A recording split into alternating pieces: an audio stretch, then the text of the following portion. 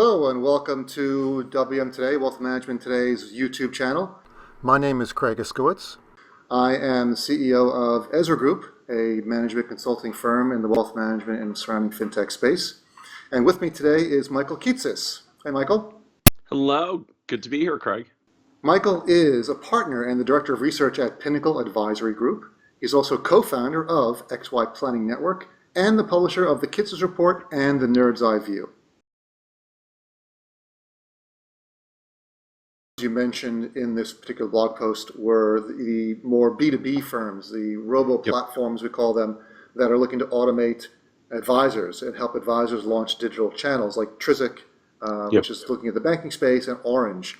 So you mentioned Trizic as a new infusion of money, and they announced a deal, but is there really enough room in the market for Trizic, Orange, a lot of these other firms? Is there enough oxygen in the market for them all to be successful? I'm not sure there is, or I think there is, but I'm just not sure how big the market size and the buying capability is. The fundamental challenge I always had with once the phenomena of robo moved away from asset management and just became this kind of onboarding technology layer or client experience technology layer, is at that point, like, you don't really have a company, you barely even have a product, you just kind of have literally like a technology layer. And at some point the incumbents are going to improve their existing technology. And then and they even have a roadmap of what to shoot for, because a whole bunch of robos have shown them what people are looking for. Right. And so, like, if I think of in the RIA space, at the point that Schwab, Fidelity, and TD Ameritrade improved their own technology interface on their website and improved their e-signature and onboarding capabilities, at what point do you just not need so-called robo technology anymore? Because the onboarding experience comes from the incumbent, and the trading rebalancing model management tools already exist in a fairly active rebalancing software landscape that's been around in advisor world for a long time. So I mean, I think that the demand for better technology layers for interfacing with the consumer, like that demand and that interest, is definitely there. But at the end of the day, I'm not quite sure if that's an independent company. If I'm an incumbent, do I build that? Do I just hire up some techie folks and build it? Do I acquire it and just say, hey, you built some neat stuff, I'm going to bring you in and you're going to put this layer on top of us? Or do I buy it as a product? Do I buy it as a SaaS solution? And I'm not convinced that SaaS solution is really the right answer at the end of the day for a lot of those companies, because from the other end, like, I don't know what the mode is for the typical robo that keeps an incumbent from just saying, yeah, we're going to allocate a couple $1 million of additional budget, and we're going to build out the tech to improve our consumer interface. And so, like, the need for the improvement is there. Some of those companies might even be bought out for numbers. There may be some incumbents that say, you know what, we're just not good at making this stuff, so we're going to hire you and we're going to buy your software and then we're going to overlay it onto what we do.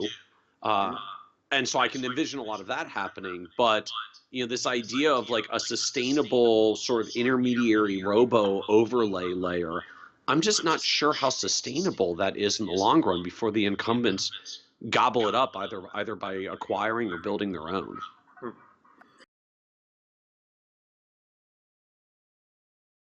Right. So that a lot of people have said that about the robo since they first started, that the technology behind them is not new. We've had it for many years. It's just a client experience layer, just a nice, pretty interface on what many advisors use every day at broker dealers and wirehouses. They've already got all this back end technology. I'd be very bullish on use UI UX jobs in advisor fin.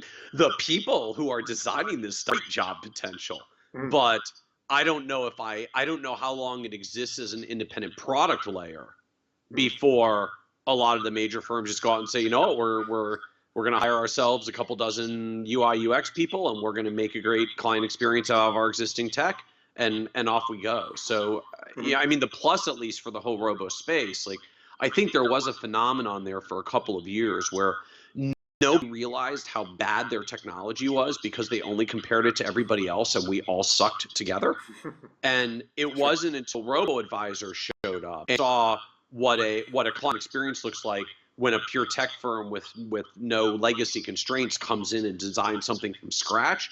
And I think then the whole industry had a oh crap moment, realizing how far behind they were, and it set off this flurry of interest. And so, which I think is still why we see this environment where the interest in robotech grossly out the amount of assets that any robotech is actually moving. Like, Right. as much as we talk about Wealthfront and Betterment, I'm pretty sure now Vanguard takes in more in a week, if not in a day, than those companies have cumulatively ever.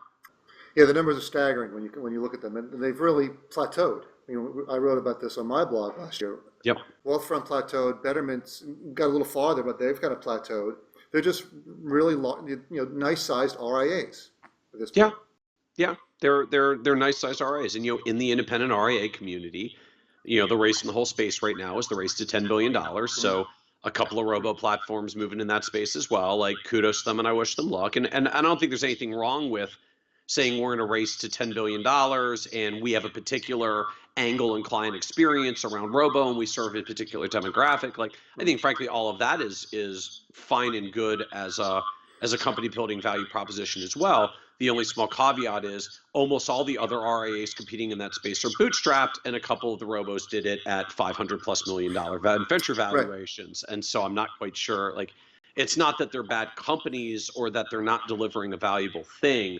But to me, there's still a very gross mismatch between the funding they got and the expectations that created versus what's actually turning out to happen. Yeah, I agree with that.